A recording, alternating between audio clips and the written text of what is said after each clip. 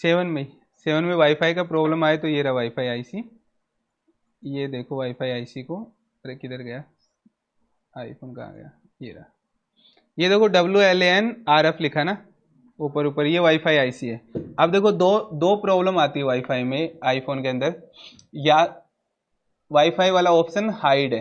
ठीक है, वाईफाई वाला ऑप्शन हाइड है, आपने थोड़ा सा वाईफाई आईसी को हीट किया और हीट करते वाईफाई चल गया, इसका मतलब क्लियर है कि कहीं न कहीं नीचे से कोई बोल्ट ड्राई है, आपको हटाकर रिवोल्व करना है, ठीक है। और अगर आपका वाईफाई हीट करने से भी नहीं चल रहा है और हटाकर लगाया तो भी वाईफाई नहीं चल रहा है,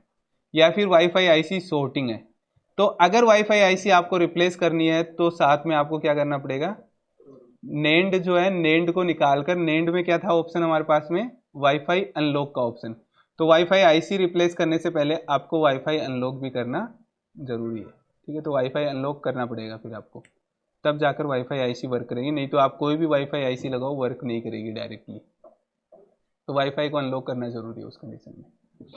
और कई बार क्या होता है कि जैसे ये जो आईसी होती है ना, ये आईसी सेम वैसी आईसी होती है जो हमने स्क्रीन के लिए ड्रिल की थी आईसी, वैसा ही आईसी होता है। तो कई बार क्या होता है कि आप इसको ऑन करते हो तो कहीं से ये आईसी हीट होता है बहुत ज़्यादा, तो आप रोजिन लगाओ, रोजिन लगाने के बाद में आप देखेंगे तो एक साइड से कहीं से ऐसे हीट होगा ये आईसी, ठीक है, एक एक लोकेशन मिल जाएगी एग्जैक्टली जहां से हीट हो रहा है, वहां पर आप क्या करो, ड्रिल कर लो उसे आईसी को, वहां पर क्या करेंगे, ड्रिल मशीन के थ्रू ड्रिल करेंगे, पतली वाली ड्रिल लगाएंगे आगे से, ठीक है, ऐसा नहीं कि पूरी आईसी को ड्रिल करें, एग्जैक्टली उस डॉट पॉइंट को जहां से हीट हो रहा है उसको ड्रिल करते हैं।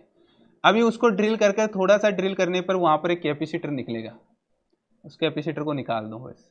वर्क कर जाएगा। जैसे हम लोगों ने स्क्रीन वाला आईसी ड्रिल किया, कैपेसिटर निकले ना अंदर,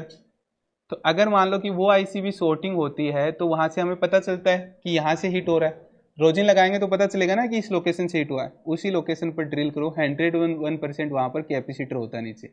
और वो कैपेसिटर को आपको निकालना है। तो आप क्या करेंगे, पतली वाली ड्रिल मशीन से एग्जैक्टली उसी लोकेशन को ड्रिल करेंगे बस,